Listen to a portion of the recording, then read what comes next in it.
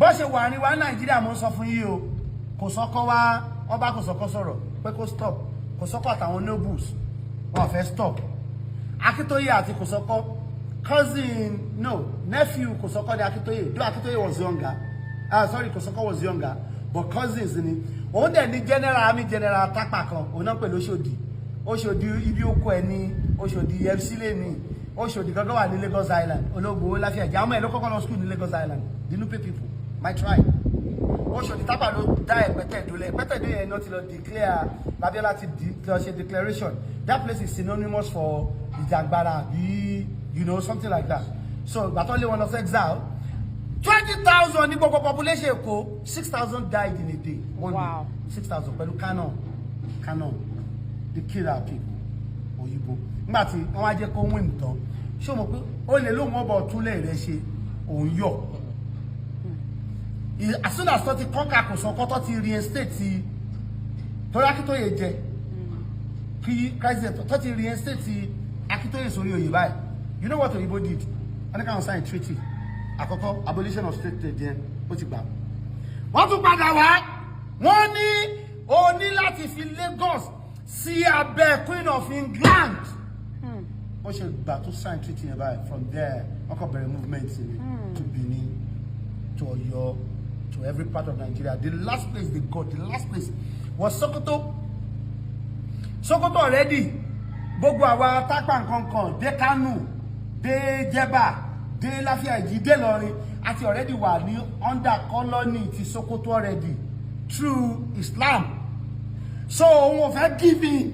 òun tó ti ń ṣọ̀gá ìbò wá fẹ́ ṣọ̀gá was the last place ọba Àtàírù lórúkọ ọba yẹn 400 soldiers with Maxim gun tamanke ni machine gun Maxim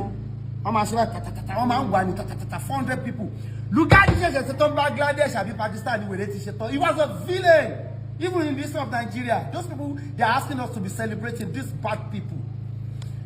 ó ti pààyàn pa sí ọ̀dọ̀ àwọn India Bangladesh ń bẹ̀ o àwọn amúwá sọ́dọ̀ ọmọ bí kò padà sí Britain pé ta ni ọba wa dí pẹ̀lú wọn bẹ̀ wọn wá rán wa síbí olúwa gbalẹ̀ dé ọ̀dọ̀ báyìí ọba yẹn fẹ́ give in 12,000 cavalry horse rider 400 people ló pa gbogbo wọn 12,000 to 400 imagine so mo sọ fún mi pé kí ló tiẹ̀ narration àyè gunpowder ni o wọ́n máa ṣe báyìí tàtàtàtàtà àwọn ìwà náà ti ní bọ́ǹsì báyìí ṣé báwọn náà tààbọ̀ fún àwọn advance lọ wọ́n tún bọ́ ṣe àwọn young Africans and young people máa ń believe pé òyìnbó fún wa lọ́làjú àdínbìbọn aláwọ̀ wa ní pèsè wa gọ́gọ́ káfílájú ọ̀làjú wa máa crazy gan torí òyìnbó were jealous when they got to Benin Empire wọ́n ti dé ọ̀làjú tí wá sáré ju tí wọ́n lọ wọ́n wá kọ́kọ́ pa gbogbo tiwa rẹ́ àwa ń lọ ní pèsè tàfi ń tẹ̀lé wọn do you know what Nigeria was called company kan ní gbogbo Nigeria Royal Niger Chemical Company ní gbogbo nǹkan tó ń jẹ́ Nigeria they did not work on Nigeria to develop Nigeria gbogbo rail track tó wà Nigeria ẹ máa rí pé lọ sí port gbogbo ẹ máa lọ sí port wọ́n fi ń cast goods to away ni so wọ́n á mú ọba Àtàírù yẹn ọba Sokoto yẹn ó nìkan ló go down last wọ́n á gbé lọ sí Caribbean island kó lọ kú wọ́n ṣe gba ilẹ̀ wa ló wà ní wọ́n ṣe bẹ̀rẹ̀ sí sọ àwọn òfin tí wọ́n ṣe bẹ̀rẹ̀ sí ṣe ilé tàbí délé tàwa yìí tẹ́ bá sọ rò pa ní ìlàjú tó yìnbó bá wa kí ló ṣẹlẹ̀ ní Benin ọ̀làjú Benin sì wà gbogbo ilé ayé dì sí ẹ máa rí bronze Benin káàkiri ilé ayé wọ́n ti jí yes imagine Benin ní street light Benin ní 14 feet of road before òyìnbó tá àti ìmọ̀ wọn rí so táwọn ní fíìmù tábà tí wọ́n fẹ́ ṣe fíìmù a máa ń rò pé ìgbà tí àwọn bàbá ìgbà tèmi tá máa kọ́kọ́ ṣe culture nígbà tèmi ṣe kéré nínú industry a máa ṣe culture tí yẹn máa wọ bàtà tó máa wà ìdílé no wọ́n máa sọ pé máa lo gold èmi ò láìkọ́ mi gold tá à ń lò ń ṣe ìdúwé tó ṣe twist ẹ̀ because ó jọ modern jù but kò lè sí gold mi kankan ju ọ̀dọ̀ wa àtọ̀dọ̀ àwọn chinko lọ àtọ̀dọ̀ àwọn India nílé ayé Mansa Musa the world